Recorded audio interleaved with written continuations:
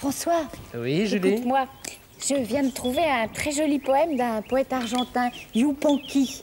Je pourrais te le lire, je voudrais le dire aux enfants. Oh, mais oui, vas-y, on t'écoute. Je peux écouter, moi aussi. Bah, bien sûr, Casimir. Ah bon? Un poncho de 4 couleurs couvre son corps fatigué et un beau rêve de cuivre. L'enfant est en train de rêver. Pardonnez-moi, ma chère amie, mais il me semble que c'est à moi, artiste inégalé autant qu'inspiré, poète de tradition et de choc, qu'on en doit demander mon avis sur ce petit poème. Et il me semble, d'après ce que j'ai cru entendre, que les phrases sont plates et inégales. Oh! Écoutez, monsieur Dustom... Moi, je trouve ce poème très joli.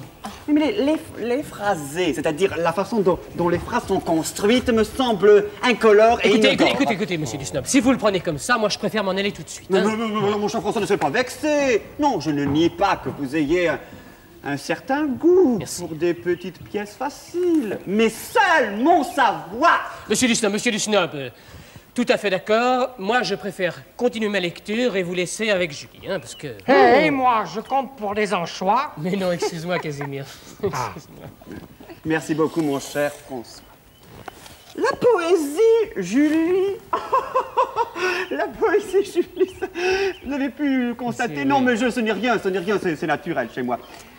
La poésie, Julie, se fabrique sans acrostiche ni anicroche, à l'aide de métaphores hyperbéliques et de litotes authentiques.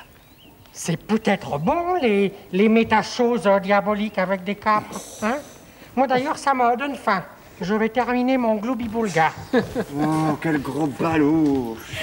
Dites-moi, monsieur Dustom, Oui?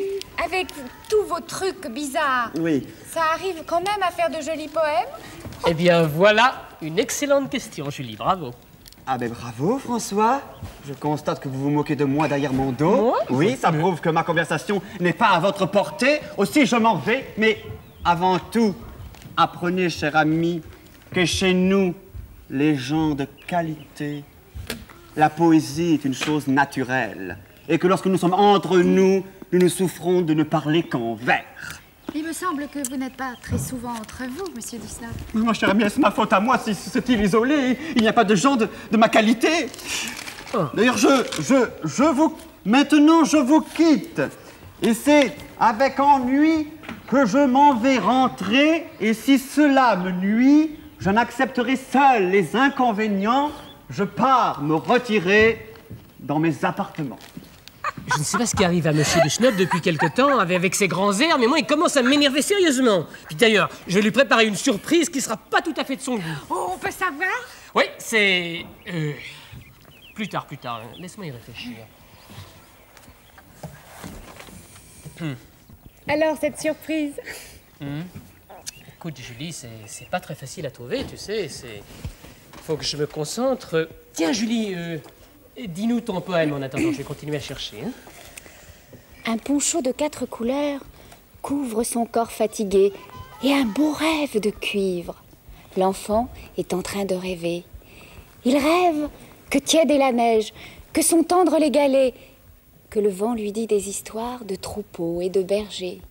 Petit Indien s'est endormi, et pour te faire compagnie, la rivière s'endort aussi. Petit Indien s'est endormi.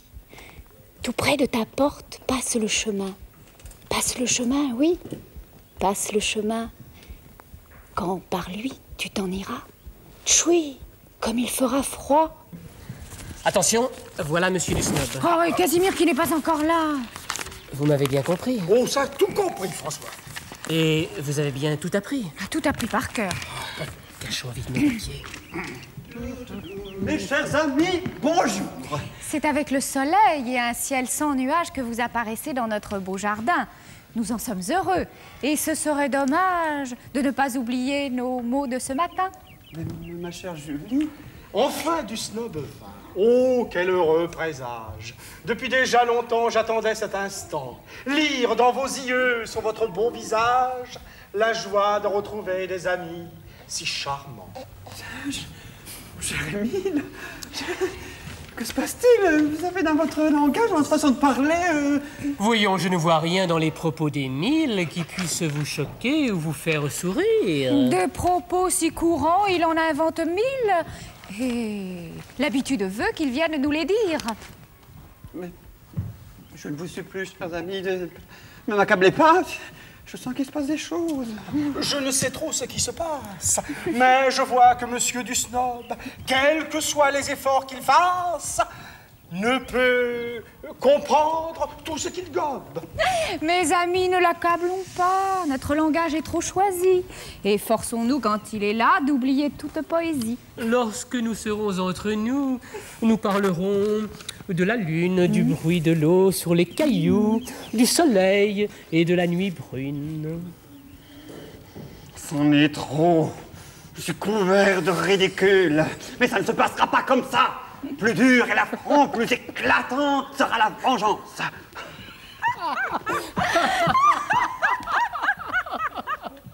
Casimir, attention, Monsieur du Snob arrive. Tu as bien compris? Parfaitement compris. Ah, quel beau temps aujourd'hui. Je viens vous voir aujourd'hui. Comme tous les jours. Je voulais simplement vous dire que j'avais quelque chose à vous dire. Très bien. Ah bien, dites-le, Monsieur du Snob. Je crois que j'y arriverai mieux avec ce gros balourd de Casimir. Quand je rencontre un ami, je lui dis que c'est un ami. Ima nu de trekurain edge im, dis-je, ima une esca. À tes souhaits, Casimir. Ima une trekurain edge, ima une esta. T'es malade? Non, non, pas du tout. Ima une trekurain edge, ima une gage. Mes amis, venez vite! Casimir est devenu complètement fou. Casimir, qu'est-ce qu'il y a? Mais, oh, je fais ce que tu me dis. Non, Casimir, arrête de te moquer de nous. Qu'est-ce Oh, qu'il y a? je ce que tu me dis. Enfin, Casimir, qu'est-ce qui se passe? Oh, est-ce que tu me dis? Je fais ce que tu m'as dit, c'est tout. Moi? Mais oui, tu m'as dit, quand tu verras Monsieur du Snob, parle-lui en vers. Envers et alors? Et alors, en vers, c'est bien le contraire de endroit. Oh, Casimir! La, la, la, la, la, la, la.